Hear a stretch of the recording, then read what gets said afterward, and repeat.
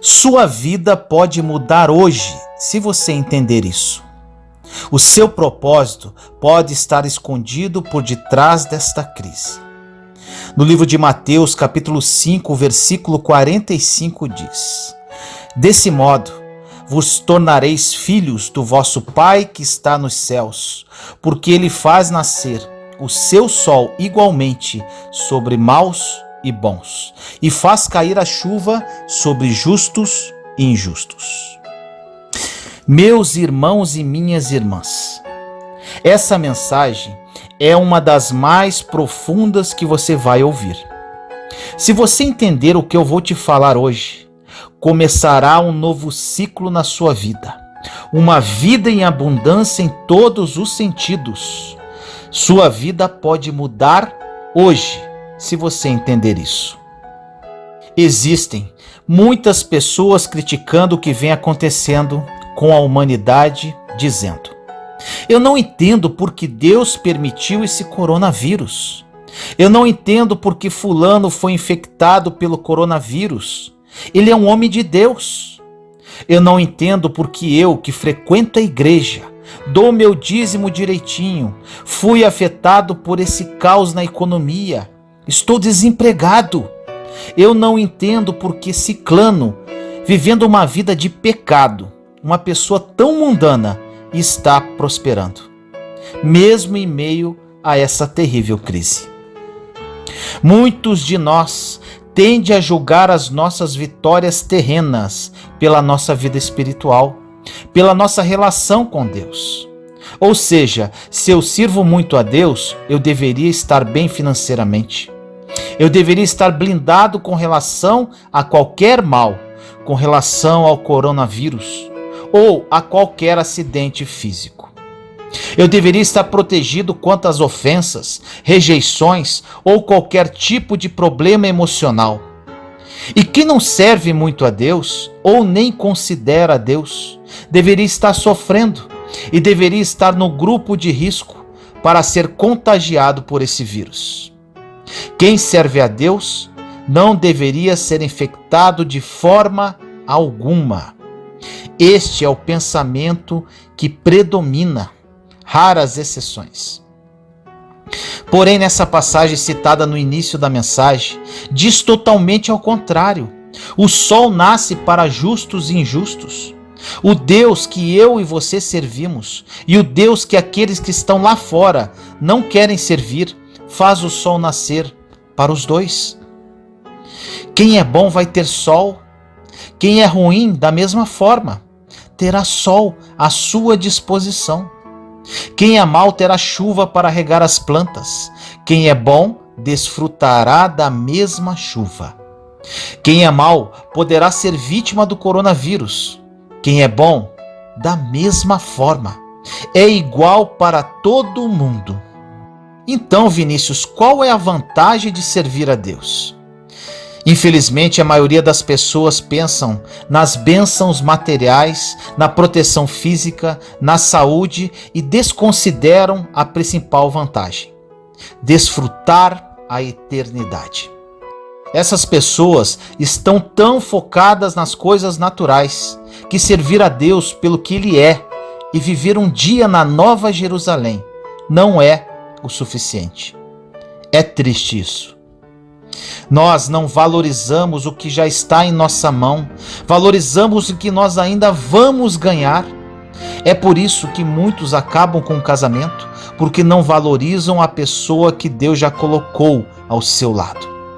É por isso que muita gente murmura do emprego, pois ela não pensa como será a vida sem o emprego. É por isso que muitas pessoas reclamam do coronavírus e da crise, pois não acreditam que todas as coisas cooperam para o bem daqueles que amam a Deus e que por trás disso tudo existe um propósito. Mesmo estando presenteados com o melhor de todos os presentes, Deus sabe como funcionam os seus filhos e Ele resolveu criar um sistema de recompensas, chamado na Bíblia de galardão, para nos abençoar enquanto estamos aqui neste mundo. Não podemos precisar quanto tempo viveremos, e não precisamos viver uma vida miserável, corrompida ou sofrida só porque já temos a salvação. E essa bênção, esse propósito, pode estar escondido por detrás de toda essa crise. Para melhor elucidar essa mensagem sobre crise e propósito, vamos falar um pouco sobre um personagem bíblico muito conhecido. No livro de Jó, capítulo 1, versículo 1 diz: Havia um homem na terra de Uz, cujo nome era Jó, e este era um homem sincero, reto e temente a Deus, e desviava-se do mal. Ou seja, Jó era um homem bom. Jó, ainda segundo a Bíblia, acordava nas madrugadas e fazia sacrifícios a Deus pelos seus filhos.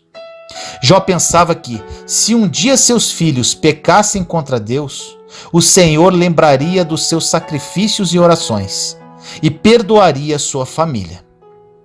Ele não era somente um bom homem, justo, temente a Deus e desviava-se do mal. Ele era um homem totalmente conectado com o céu, era um homem super espiritual. Vamos resumir a história. Jó estava em casa, quando veio um mensageiro dizendo: tem uma má notícia. Desceu um fogo do céu e caiu sobre todos os seus animais. Ou seja, ele havia perdido todo o dinheiro que tinha. Jó era o homem mais rico do Oriente. Enquanto esse mensageiro falava, entrou outro mensageiro e falou: soprou um vento forte e derrubou a casa que todos os seus filhos estavam. Morreram todos. Não obstante, Jó ainda pegou uma doença que apodrecia a carne. Ele ficou doente, perdeu todo o seu dinheiro e perdeu todos os seus filhos. Jó perdeu tudo o que era importante em um só dia. Ele perdeu todas as coisas principais da vida de um homem: a provisão, a sua família e a sua saúde. Apesar de ser um homem super espiritual. Está começando a identificar a passagem do início da mensagem com a vida de Jó? Tiramos uma lição aqui, meu irmão, minha irmã. Deus não é um Deus que evita tragédias. Deus te ensina a lidar com as tragédias. Deus não evita o coronavírus ou a crise econômica mundial. Ele te ensina a lidar com tudo isso, entende? Enquanto você ficar achando que Deus tem a obrigação de evitar que certas coisas aconteçam em sua vida ou na humanidade, você sempre ficará revoltado com Deus. Você vai dizer: por que isso? Por que aquilo? Por que ele ou ela morreu? Por que essa doença? Por que essa traição? Por que esse coronavírus? Nós não sabemos lidar com as tragédias e acabamos sempre colocando na conta de Deus. Tenho ouvido isso muito ultimamente, de pessoas questionando a Deus sobre o coronavírus. Falando assim: por que Deus está permitindo isso? Muitos cristãos estão sendo infectados. Não quer dizer que porque somos cristãos, estamos indo na igreja, estamos fazendo tudo certo, então Deus não vai deixar que ninguém seja infectado que está próximo de nós. Ou nunca vamos perder o emprego ou receber um mau diagnóstico de saúde. No entanto, existem pessoas dentro da igreja que já receberam vários diagnósticos. Existem cristãos já infectados com coronavírus e creio que até alguns já morreram.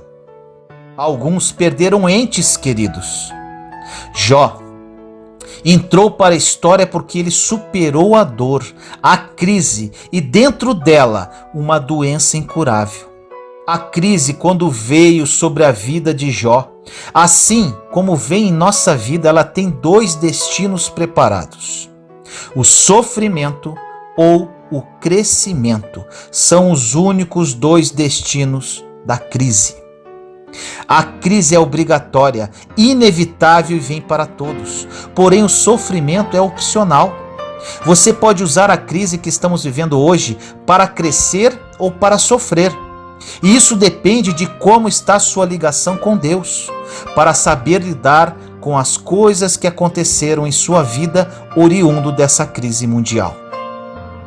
Deus permite as crises, as dores, as decepções para aprendermos a lidar com a vida. Porém, existem pessoas que não aprendem com a crise, não crescem, não se envolvem, não amadurecem. E todos na humanidade, sem exceção, estão tendo esta oportunidade. Você está tendo uma oportunidade para você aprender a perdoar, por exemplo. Bastava o perdão, mas você de alguma forma continuou caminhando, sem pedir perdão, mesmo sabendo que se você não perdoar, Deus não te perdoa. Você está com uma oportunidade de colocar a sua vida em ordem agora. Se organizar, deixar o passado para trás, arrumar o que está errado em sua vida e viver o propósito de Deus que pode estar escondido de trás dessa crise. Chegou a hora de parar, fazer uma autoanálise, criar comunhão com Deus, levantar e andar para o novo de Deus para a sua vida. As coisas acontecem sobre justos e injustos. Essa crise global é sobre justos e injustos. A diferença é que sobre os justos sempre haverá uma saída, sempre haverá um futuro. Quem serve a Deus tem o auxílio, tem a salvação, tem o conselho, tem o milagre. O que aconteceu com Jó foi uma tragédia sem tamanho. Ele era um homem temente a Deus, um homem quase perfeito. Mas por que isso? Porque a chuva cai sobre justos e injustos. O problema não é o que acontece com você durante esta crise. O problema é sobre o que você vai fazer. Você pode dizer agora: eu perdi tudo, perdi meu emprego. O que você vai fazer em relação a isso? Reclamar, murmurar, blasfemar com relação a Deus? Ou você vai aprender com tudo isso e recomeçar? Saiba que servimos um Deus de recomeços. Você pode falar ainda: meu cônjuge quer sair de casa. Essa crise abalou mais o meu casamento e meu cônjuge quer o divórcio. Deus não pode permitir isso. Faça um momento de reflexão. Para seu cônjuge querer sair de casa, será que você pode estar faltando ou falhando em alguma coisa? Ou quem sabe ele precisa melhorar alguma coisa em seu caráter? Será que essa crise tem a ver com isso? Muitas vezes as dores e as crises, como no caso de Jó, vão trazer uma autorreflexão. Jó ficava sentado coçando suas feridas com um caco de telhas e refletindo sobre toda a sua vida. Até que um dia, Deus, usando um de seus amigos, fala para Jó: Jó, o teu primeiro estado, que era do homem mais rico do Oriente, com uma família maravilhosa, vai parecer pequeno diante do que eu vou fazer. Agora eu te pergunto: você tem aproveitado esse momento de crise para fazer uma autorreflexão? Você crê que essa crise mundial pode ser uma grande oportunidade para você começar a viver os sonhos de Deus? Você crê que o seu futuro poderá ser surpreendente e incomparável ao seu presente ou passado? Esta palavra de destino, de propósito, de chamado, só tem quem serve a Deus. Esta palavra de certeza de futuro, somente um servo pode ter. Independente de como possa estar a sua vida hoje, com toda essa crise assolando a humanidade, Deus vai te tirar desta situação. O problema é que quando as primeiras coisas começam a sair do trilho, começamos a murmurar contra Deus. Será que Deus existe? Será que Deus esqueceu de mim? O normal é partir para a murmuração, reclamação. Tudo que fere a nossa fé congela nosso coração, ao invés de confiarmos que Deus tem um propósito com as más notícias, com dores, com frustrações, com as crises. Jesus diz: no mundo tereis aflições, mas tende bom ânimo, eu venci o mundo. Jesus diz aqui que Ele não nos livrará da aflição, Ele apenas nos dá certeza que no meio da aflição Ele estará conosco. Você crê nisso? Os discípulos estavam no barco. De repente começou uma tempestade. Os discípulos começaram a murmurar falando: e esse aí que está dormindo? O único que estava dormindo era Jesus, o portador de milagres, o autor e consumador da fé, o homem que detinha todo o poder em suas mãos. Ele estava dentro de um barco que estava em perigo. Por mais que Jesus estivesse no barco, a tempestade veio do mesmo jeito. Jesus estava no barco e as ondas agitavam do mesmo jeito. Jesus estava no barco e todo mundo estava com medo da mesma forma. Tiramos a conclusão que a presença de Jesus não inibe o que vem contra você, mas prepara você para sair quando ele vem. Jesus acordou e dá apenas uma ordem: quando a tempestade vier, você não precisa ficar com medo ou pular para fora do barco. Precisa apenas esperar ele dar apenas uma ordem, porque debaixo da ordem dele é que a tempestade vai parar. O medo é o pior vírus que existe. Você está no barco. Se olhar para a tempestade, terá medo, mas se olhar para Jesus, terá fé e esperança. Você pode continuar lamentando, se fazendo de vítima, culpando todo mundo, culpando até a Deus. Mas na verdade, o poder dos poderes está em você. Deus está em você. Você precisa aprender a escutar quem tem a última palavra: Jesus. Quando estamos em situações delicadas e desconfortantes, por vezes queremos tomar decisões sozinhos. A primeira coisa que podemos pensar: estou nesta situação e Jesus está aqui dormindo no barco. Já estou pensando em pular do barco. Quando a onda começa a bater, o medo pode ser maior do que a confiança naquele que ainda está dormindo. Porém, quando ele acordar, a palavra será liberada. Pense nisso. Jó ficou dias se lamentando, coçando suas feridas, mas no momento certo, o Deus que faz o milagre acontecer liberou uma palavra e toda a restituição começou a acontecer na vida de Jó. Ao ouvir essa mensagem, Deus está falando com você assim, meu irmão, minha irmã. Você está no mundo natural e você está sujeito às coisas naturais: crises, acidentes, desemprego, traições, desonras, decepções. Você precisa saber lidar com isso.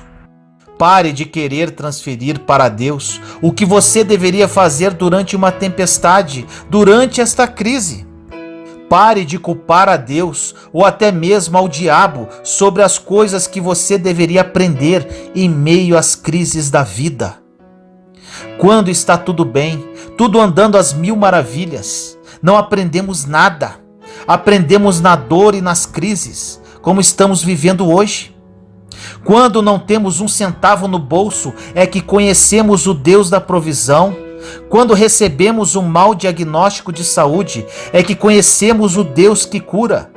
Quando as coisas fogem do controle, não se desespere. Jesus está no barco e vai liberar uma palavra. As dores da vida são treinamentos. Quando cairmos de novo, estaremos fortes e devidamente treinados para superar outro obstáculo. Teremos mais fé, esperança, atitude. Nós falamos: eu passei por aquela situação, eu superei e vou vencer de novo. Se naquela tempestade do passado eu não afundei com o barco, por que vou afundar agora?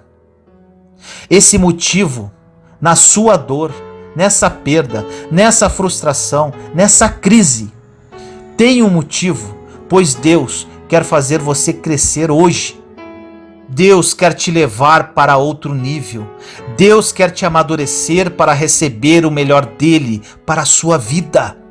Você vai sair dessa imaturidade emocional. Existem pessoas, em vez de usar as decepções e frustrações da vida para amadurecer e crescer, estão sempre voltando no passado. Voltam na murmuração, na reclamação, na blasfêmia. Dizem: Deus não existe, Deus não gosta de mim, Deus esqueceu de mim, onde está Deus? Chegou o momento de amadurecermos na fé. No meio dos nossos piores dias, e agora em dias incertos que assolam a humanidade, vai começar o nosso melhor momento, a nossa melhor temporada, a melhor fase da nossa vida. Você acredita nisso, meu irmão, minha irmã? Nos piores dias do meu deserto, iniciava-se um ciclo da minha vida que está refletindo hoje. Sozinho num quarto cheio de dívidas, sem esposa e com uma filha querendo se suicidar. Foi nessa dor que eu amadureci. Foi nessa dor que escolhi crescer. Foi nessa crise que escolhi esperar Jesus acalmar a tempestade, liberar uma palavra e me colocar em um novo nível de vida. A superação da dor e das crises nos faz iniciar uma nova fase para viver os planos de Deus.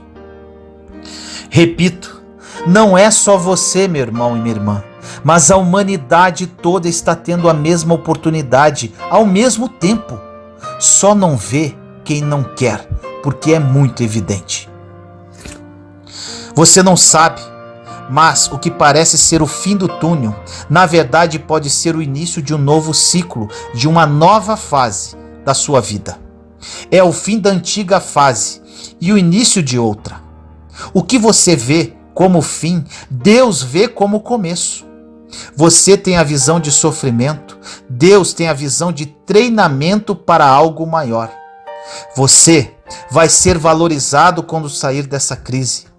Você vai ter o outro nível de pensamento quando amadurecer durante o sofrimento, durante a decepção, durante a amargura, durante esses dias sombrios que estamos vivendo. Jesus conhece perfeitamente todo esse processo do ser humano, e a única coisa que ele pode fazer para te fazer crescer não é te livrar das situações, mas estar com você no meio delas. Estas situações acontecem para te amadurecer. Estamos vivendo um amadurecimento global, porém, só amadurece quem quer. O que Deus está permitindo na humanidade não foi para trazer sofrimento, mas sim para trazer crescimento. As crises somente vêm para nos ensinar. Você somente passa para um próximo nível depois que passar na prova. E agora chegou a hora de você ser aprovado. Deus é perfeito e cria todo o planejamento para que você cresça aqui na terra. Porém, só quando você cresce é que o nome dele é glorificado. O nome de Deus é glorificado quando você é levantado. O nome de Deus é glorificado quando você está crescendo. É por isso que ele permite as tempestades no barco, para que você continue crescendo. Deus tem interesse em ver o nome dele glorificado. Mas para isso acontecer, você precisa estar maduro para receber o milagre em sua vida. E agora, meu irmão, minha irmã, é o grande momento de você provar isso para você mesmo. Não somente você, mas toda a humanidade, todos nós. Não devemos temer que algo venha sobre nós. Nós devemos temer se algo sobrevier sobre nós e Jesus não estiver no barco. Não podemos prever o que vai acontecer em nossas vidas ou com o mundo, mas afirmo que independente do que acontecer, Deus estará conosco e nós continuaremos com Ele. O que você não consegue ter controle, descansa, porque Deus tem controle sobre isso. Chegou o momento de você rever muita coisa na sua vida, nesse momento crítico. fazer a sua parte para Deus fazer a dele. Se você pode ser um profissional melhor, seja. Sabe por quê? Deus não vai fazer isso por você. Se você pode ser uma esposa ou um marido melhor, seja, porque Deus não vai fazer isso por você. Se você pode ser um pai ou uma mãe melhor, seja, porque Deus não vai fazer isso por você. Deus conhece o seu coração. Ele sabe se você poderia estar se empenhando mais do que está fazendo hoje. Ele sabe se você poderia crescer mais do que você está crescendo hoje. E por ele ser um pai tão misericordioso, ele quer que você cresça, apesar dos seus erros. E continua a mandar treinamento, aquilo que você chama de problema. Ele continua a mandar amadurecimento. E agora para todo mundo, aquilo que você chama de crise. Ele continua dando novas oportunidades, aquilo que você chama de fracasso. O mais bonito de tudo, que eu passei, que Jó passou, que José do Egito passou, Davi, entre outros, é que com a dor e as crises, nós aprendemos e amadurecemos para nunca mais voltar para lá. E mais, depois que você aprende como lidar com a dor e com as crises, você fica apaixonado, como eu sou hoje, a ensinar as pessoas a não voltarem para lá também. No meio de toda essa crise é que você pode descobrir o seu propósito de vida. É no meio do sofrimento que você pode descobrir o seu chamado. O que eu faço hoje, o que eu amo fazer, o meu propósito de vida, o meu chamado, eu descobri no pior momento da minha vida. E agora, gente, toda a humanidade está tendo a mesma oportunidade. Isso é glorioso. E você vai ficar de fora? Se a dor não tivesse chegado em minha vida, não sei o que seria de mim. Muito provável que estaria muito triste, frustrado, infeliz ou até coisa pior. Quantas pessoas estariam perdendo se eu não encontrasse o meu propósito de vida? Quantas pessoas podem estar perdendo hoje enquanto você não descobre o seu chamado, que provavelmente está escondido no meio dessa crise? Quantas pessoas vão perder se você não superar o seu sofrimento dentro dessa crise? Quantas pessoas vão perder se você não se levantar dessa decepção, dessa quebra, seja o que for, e começar a viver o seu propósito nesta vida? Tem muitas pessoas que precisam de você, que precisam do seu exemplo de superação, que precisam ver a sua vitória. E Deus quer te usar hoje. Você somente precisa aprender com o que você está passando. Quando você superar uma crise, você se torna uma autoridade no assunto. Quando você foge dos problemas, das batalhas, da dor, da crise, não terá autoridade em nada. Deus te dará experiências nesta crise, para que você cure outras pessoas que estão em situações semelhantes e ainda não entenderam essa grande oportunidade de mudança. Ou você supera essa crise e ajuda outras pessoas, ou você fica por aí, chorando. Você decide o que faz com sua dor e com seu sofrimento durante esta crise. Chegou o momento de crescermos pós-frustrações e crises. Ou você fica murmurando pelas ondas que estão batendo no barco, ou você fica os olhos naquele que está dormindo, esperando uma palavra. Jó decidiu e recebeu em dobro. Todos os homens e mulheres da Bíblia que decidiram, o mesmo aconteceu. E você, meu irmão, minha irmã, o que vai decidir? Venha comigo e levante-se. Não seja parte do problema, mas parte da solução. Ore comigo assim: meu querido Deus, entramos em sua santa e doce presença neste momento, eu, meus irmãos e irmãs em Cristo Jesus. Amado Pai, oro neste momento para todas as pessoas que ouvirem esta mensagem, que elas a recebam como um verdadeiro divisor de águas em suas vidas. A humanidade está vivendo uma grande oportunidade de viver em seus propósitos, tanto globais quanto específicos. No meio desta crise, muitos propósitos se cumprirão. Eu creio nisso, Pai. Que essas pessoas sejam tocadas através do seu Santo Espírito e compreendam que a crise nos faz crescer. A dor nos torna pessoas mais fortes e seguras. A superação das dores e crises nos leva a um novo nível de vida. Toque, Senhor, no profundo da alma de cada uma delas, e que a partir de hoje haja uma mudança radical em suas vidas. Que elas acordem, Pai, caminhem e não desperdicem essa oportunidade. Que essa crise que assola a humanidade seja o início de um novo ciclo de vitória e superação para todos os seres humanos. Assim nós oramos, em nome do nosso Senhor Jesus Cristo. Amém.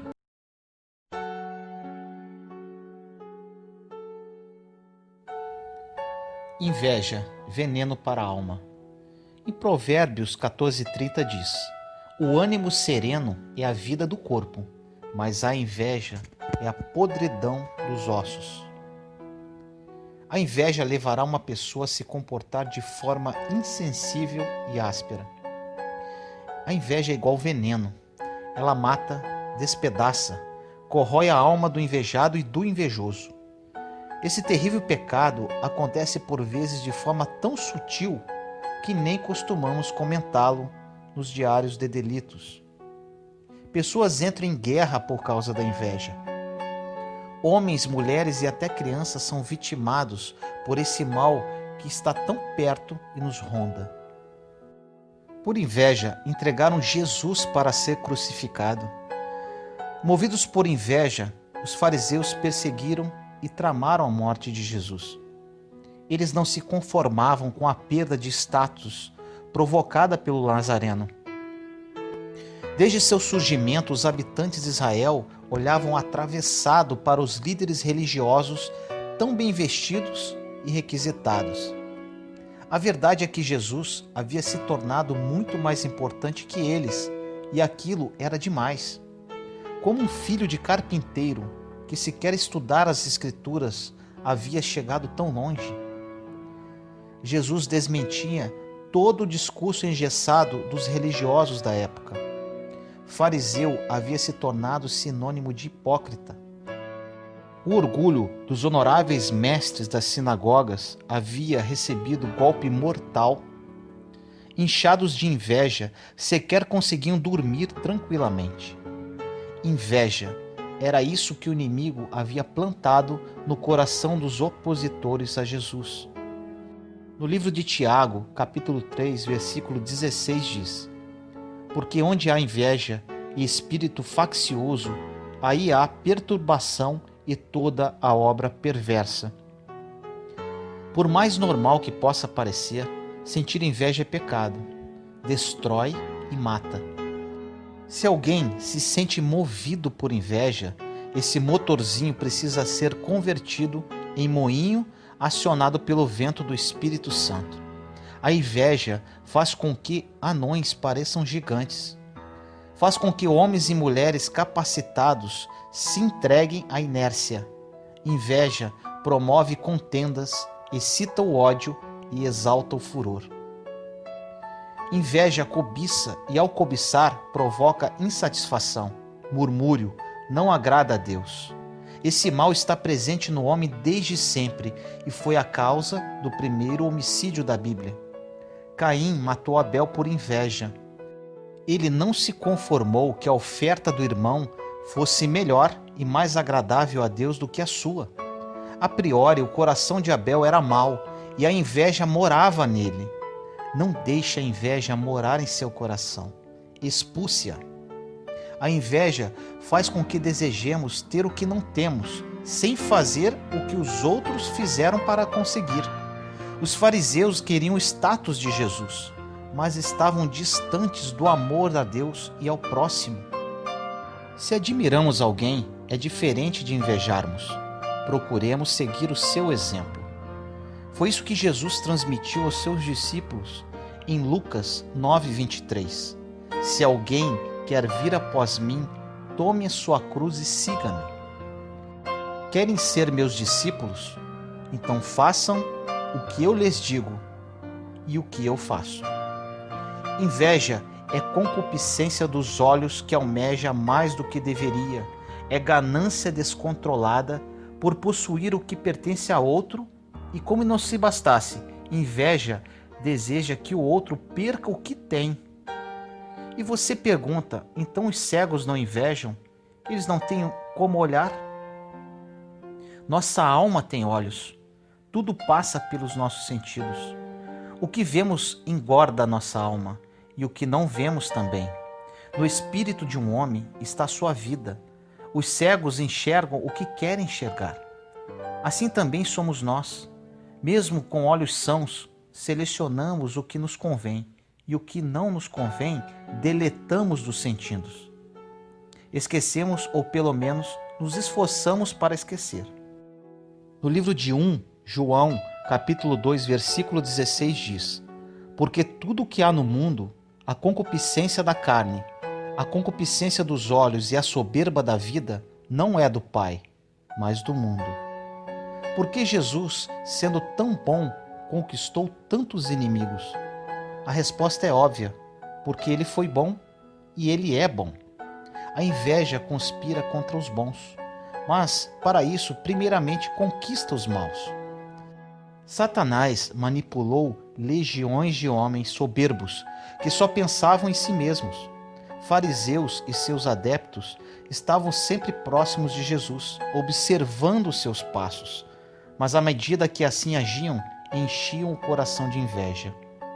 Os olhos são a janela da alma, conforme Mateus 6, 22 e 23 diz: a candeia do corpo são os olhos, de sorte que se os teus olhos forem bons, todo o teu corpo terá luz. Se porém os teus olhos forem maus, o teu corpo será tenebroso. Se portanto a luz que em ti há são trevas, quão grandes serão tais trevas? Imaginemos duas pessoas olhando para Jesus, Judas e João. Quem você chamaria de invejoso? Judas, claro. Foi ele quem se aliou aos fariseus para capturar Jesus. Lição: bons e maus podem até olhar na mesma direção. A visão, porém, não será a mesma. João olhava para Jesus e via nele o seu mestre, a sua vida. Judas olhava para Jesus e via uma ameaça, uma fonte de ganhar dinheiro, de explorar pobres e oprimidos. O mal está no interior do homem. Os olhos dos maus executam maldade e dos bons transformação e cura. Alimentar a inveja é o mesmo que criar a cobra para lhe devorar. O coração envenena, corpo e alma desfalecem. Inveja é de certa ou de errada forma confissão dos incapazes. Sente inveja quem se diminui a ponto de pensar que tudo e todos são melhores, mais felizes, mais inteligentes e por aí vai, ou não vai. Foi por inveja que os irmãos de José o lançaram em uma cova. Atos 7:9.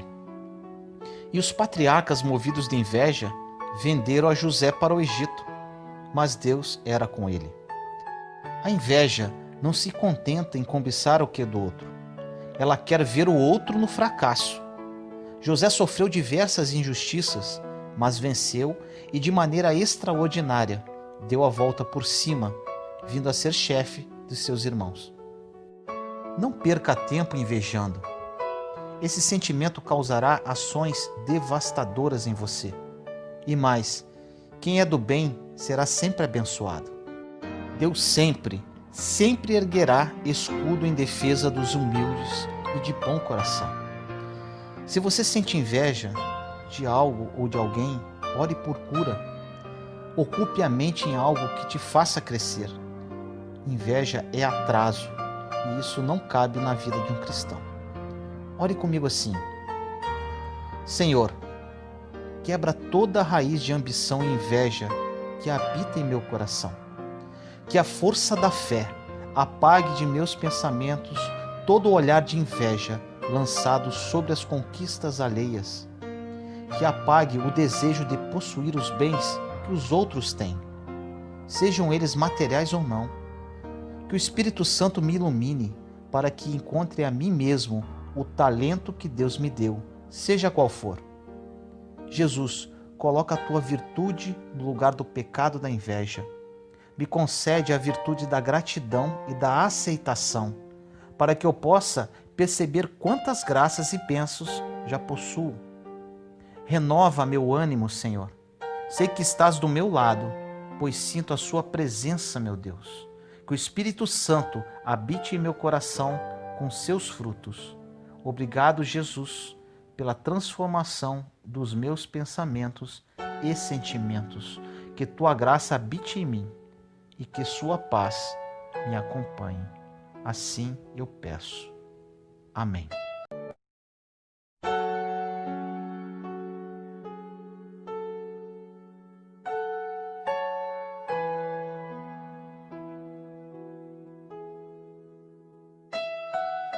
Os gigantes tombam. Em 1 Samuel, capítulo 17, versículos 49 e 50 diz: E Davi pôs a mão no alforje, e tomou dali uma pedra, e com a funda lhe atirou, e feriu o filisteu na testa. E a pedra se lhe encravou na testa, e caiu sobre o seu rosto em terra. Assim Davi prevaleceu contra o filisteu, com uma funda e com uma pedra, e feriu o filisteu, e o matou, sem que Davi tivesse uma espada na mão. Quando falamos gigante, imaginamos algo enorme, abominável, e sentimos um certo receio. Gigantes são imensos, parece algo surpreendente e imbatível.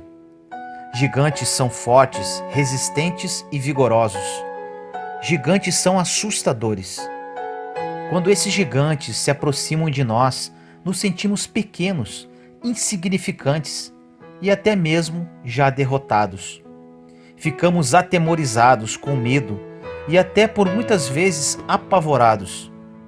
Muitos gigantes surgem em nossas vidas e por muitas vezes de surpresa. Uma traição, um desemprego, uma mágoa profunda, a depressão, a perda de alguém que amamos, entre vários outros. Se olharmos por muitas vezes as circunstâncias daquela situação, observaremos somente impossibilidades. Como humanos, não conseguiremos derrotar aquele gigante com a força de nossas mãos. Se tentarmos, seremos derrotados. Não temos estratégia nem sabedoria para fazê-lo cair. Somos pequenos perante os gigantes. Não conseguiremos vencê-los sozinhos. A história de Davi retrata muito bem isso. Davi era o caçula dos 8 filhos de Jessé. Ele era o menor e mais franzino de todos os irmãos. Sua função era apacentar as ovelhas do seu pai. Nesses momentos, em contato com a natureza, Davi tocava sua harpa e entoava salmos ao Senhor, adorando e louvando. Ele tinha um coração dócil e fiel ao Senhor. O profeta Samuel foi conduzido à casa de Jessé. O Senhor disse ao profeta que entre os filhos de Jessé seria ungido o próximo rei de Israel. Lá chegando, Jessé apresentou seus filhos, com exceção de Davi, que estava no campo, para que o profeta anunciasse o novo ungido. Para surpresa de todos, nenhum dos filhos presentes de Jessé foi escolhido. Samuel mandou buscar o caçula. Ao chegar, foi revelado ao profeta que aquele pastorzinho de ovelhas era o escolhido de Deus. Em uma ocasião, Israel entrava em confronto com os filisteus. Entre os combatentes do povo inimigo, existia um guerreiro chamado Golias de Gate. Ele era um gigante, muito forte e considerado imbatível. Ele era amedrontador. Quando Golias chegou na linha de frente de batalha, os soldados israelitas sentiram muito medo. Golias desafiou apenas um combatente do exército de Israel. Quem vencesse o combate teria o povo derrotado como escravo. não apareceu nenhum voluntário do exército de Israel. Davi havia se deslocado para o acampamento israelita para levar mantimentos a seus irmãos. Quando lá chegou, ouviu a afronta do gigante e disse, em 1 Samuel 17:26, quem é este filisteu incircunciso para insultar os exércitos do Deus vivo? Davi, mesmo observando o tamanho do gigante, não sentiu medo. Davi não era um soldado, era um simples pastor de ovelhas. Mesmo assim, demonstrava uma coragem muito maior do que qualquer oficial do exército de Israel. Davi foi levado até Saul, rei de Israel, e disse, em 1 Samuel 17:32, que ninguém perca a coragem por causa dele. O teu servo irá lutar contra este filisteu. Saul respondeu, tu não poderás contra este filisteu para lutar com ele, porque não passas de uma criança, e ele é um guerreiro desde a sua juventude. Mesmo assim, por não haver outra opção, Saul abençoou Davi, e ele foi de encontro ao gigante. Quando Deus escolheu Davi para ser o seu ungido, até mesmo o profeta não entendeu a princípio. Seus irmãos tinham estatura, eram fortes e tinham experiência em combate. Eram mais preparados. Davi era pequeno, um pastor de ovelhas, fraco fisicamente e menosprezado pela família. Porém, Davi tinha algo que os irmãos não tinham: um coração quebrantado e fiel ao Senhor. Davi já havia derrotado um leão e um urso que haviam atacado o rebanho de seu pai com a ajuda de Deus. Seus irmãos nunca haviam acreditado nisso. Podemos ter boa aparência, sermos fortes, valentes e guerreiros. Na verdade, nada disso importa, pois o Senhor observa corações. Deus não olha o que somos por fora, mas sim o que temos do mais íntimo do nosso ser. Existem pessoas que se acham melhores que as outras por terem uma condição financeira melhor ou um status perante a sociedade. Deus quer servos fiéis que amam a Deus e que o colocam em primeiro lugar em suas vidas.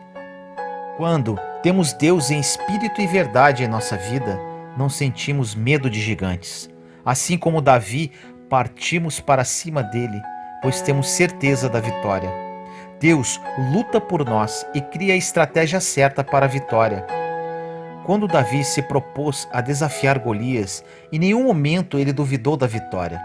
Em nenhum momento ele se atemorizou. Davi sabia que o Senhor dos Exércitos estava com ele, e isso era o suficiente para tombar o gigante. Os gigantes de nossas vidas aparecem constantemente, mas quando estamos com Deus à frente, iremos desafiá-los e vencê-los. Deus nos dará as estratégias e as armas certas para enfrentá-los. Temos que ser destemidos como Davi. A maior arma que temos em nossas mãos é a fé. Para alimentarmos a nossa fé, temos que orar, clamar, adorar, jejuar e ouvir a palavra de Deus. Se nos atemorizarmos, o gigante passará por cima de nós, nos destruirá, nos aniquilará. Precisamos encará-lo de frente com coragem e confiança em nosso Senhor. O Deus que estava com Davi é o mesmo de hoje e de sempre. Não podemos duvidar da capacidade do Senhor. Ele é o Deus do impossível. Os gigantes tombam. Nosso Deus é mais forte, mais vigoroso. Ele é o Todo-Poderoso. Ore comigo assim: Senhor, Tu és o Deus de Davi, aquele que o conduziu para a vitória perante Golias. O Senhor deu para ele as estratégias e a coragem para a vitória. No momento certo, aquele gigante tombou. Te apresento hoje, Senhor, os gigantes de minha vida que me atemorizam e me atormentam. Me dá, Senhor, as estratégias para vencê-los. Aumente a minha fé. O Senhor é o meu Deus e eu sou o teu servo. Confio em ti. Sei que nenhum gigante ficará de pé perante a sua presença. Posso ser pequeno e franzino, mas meu coração é todo seu, meu Deus. Quando estou em sua presença, me sinto um gigante e pronto para vencer qualquer desafio que possa aparecer. Obrigado, Senhor, por lutar por nós. Em nome do nosso Senhor Jesus Cristo. Amém.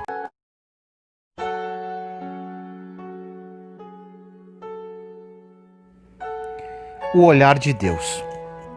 No livro de Eclesiástico 34, versículos 19 e 20 diz: Os olhos do Senhor estão fixos sobre aqueles que o amam, possante proteção, sustentáculo cheio de força, abrigo contra o vento do deserto, sombra contra o ardor do meio-dia, proteção contra os obstáculos, socorro contra as quedas. Ele eleva a alma, ilumina os olhos, dando saúde, vida e bênção. Você seria capaz de imaginar para que direção estão voltados os olhos do Senhor Altíssimo exatamente agora? Que criatura grande ou pequena, forte ou frágil, viva ou inanimada, estaria chamando a atenção dos olhos de Deus neste exato momento? A Escritura diz que os olhos, cheios de ternura do nosso Pai Celestial, estão fixos bem atentos sobre o coração daqueles que o amam.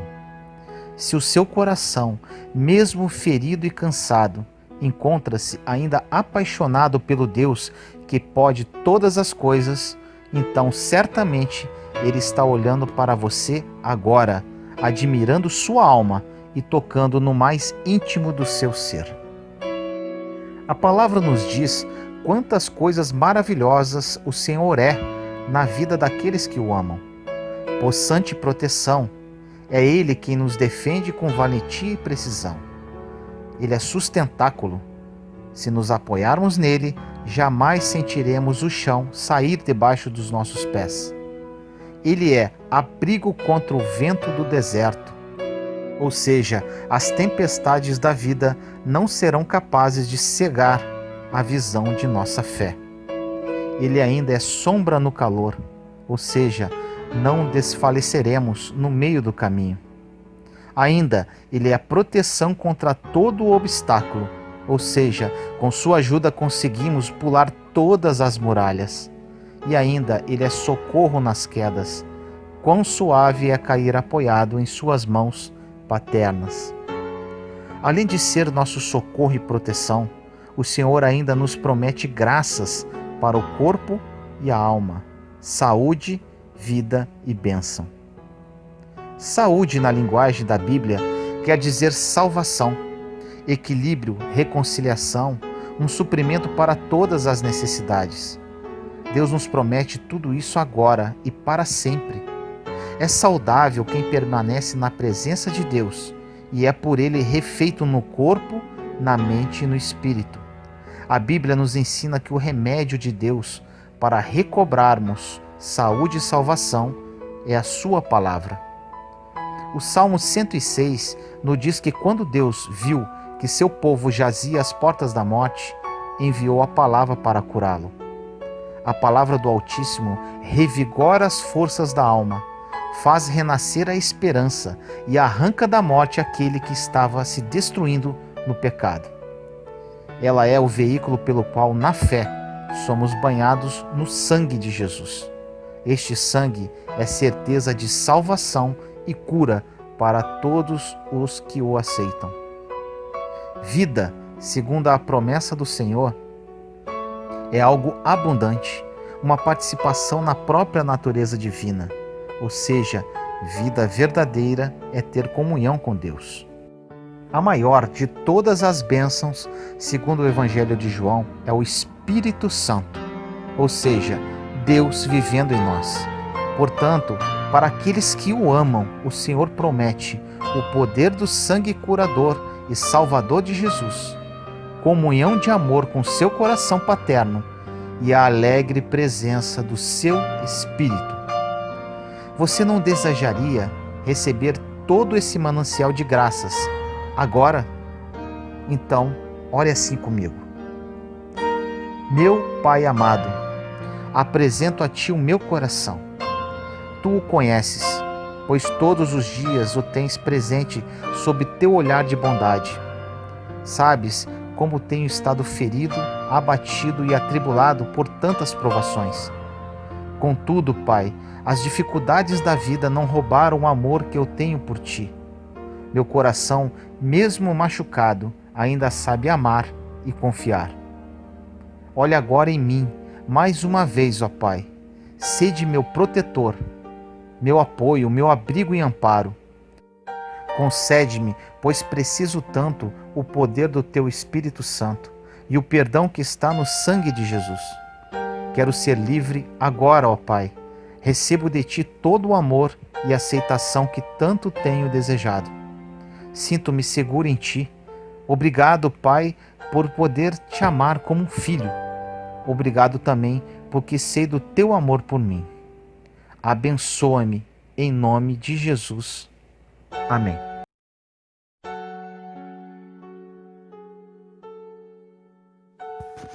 Louve e agradeça independente das circunstâncias. O livro de Hebreus, capítulo 13, versículo 15 diz: Por meio de Jesus, pois, ofereçamos a Deus sempre sacrifício de louvor, que é o fruto de lábios que confessam o seu nome. Nesta passagem diz que sempre devemos oferecer sacrifícios de louvor.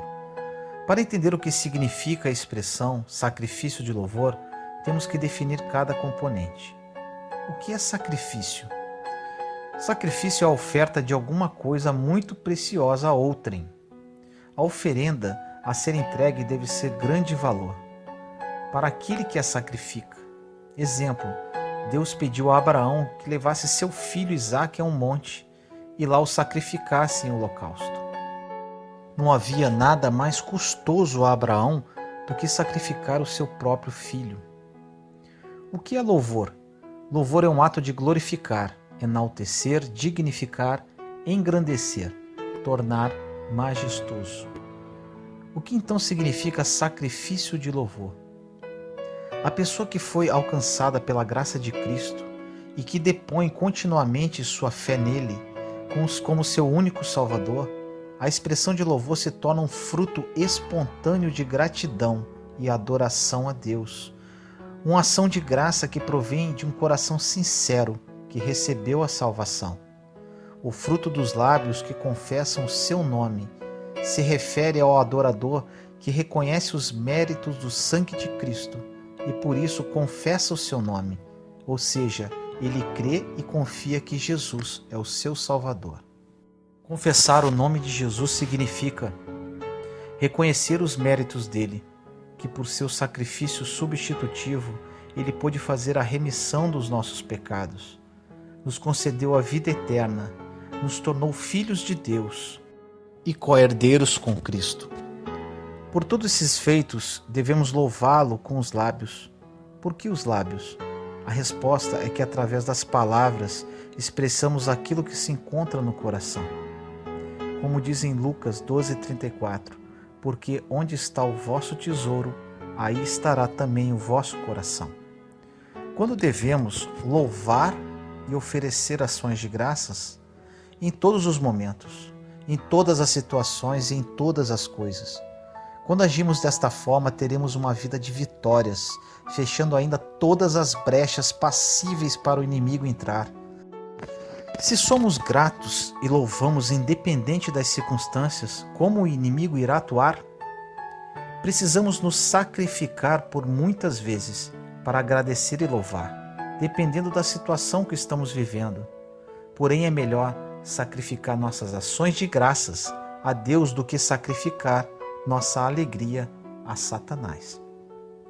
Quando nos recusamos a agradecer e em vez disso resmungar, acabaremos abrindo mão da nossa alegria. Precisamos cuidar quando convivemos com pessoas resmungonas para não contaminar nossos pensamentos e por muitas vezes perder o estado de graça.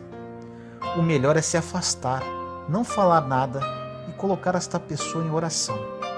Conviver com pessoas que reclamam de tudo não é nada fácil, mas se a colocarmos em oração e ela perceber as nossas atitudes, ela poderá se libertar desse veneno para a alma.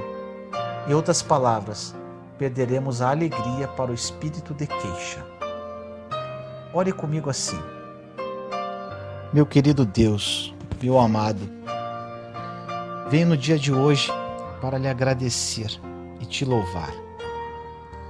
Tenho passado por situações muito difíceis em minha vida, tribulações que eu não sei nem por onde começar a resolver, mas eu decidi, Senhor, entregar no seu altar todos os meus problemas e entregar meu coração a Ti. Eu quero hoje, Senhor, te agradecer por tudo que o Senhor já fez pela minha vida e da minha família, por tantos livramentos, por tantas coisas maravilhosas que Tu fizeste no passado e continua fazendo, pelas providências que tem feito por mim e por todos os meus. Eu te louvo, Senhor, porque o Senhor é o Deus. Eu te louvo pelo que Tu és, não pelo que Tu me dás. Obrigado, Senhor, por acordar cada dia e o Senhor me renovar. O Senhor me dá cada dia de manhã o renovo do Teu Espírito Santo, para que eu leve um dia em paz, cheio do Espírito e lavado com o sangue de Jesus.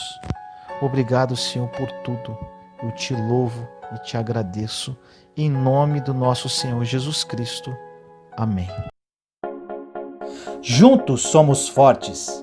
Compartilhe esta mensagem para que mais pessoas sejam edificadas. Inscreva-se no canal e acione o sininho para ser notificado de novos vídeos. Te amo em Cristo Jesus.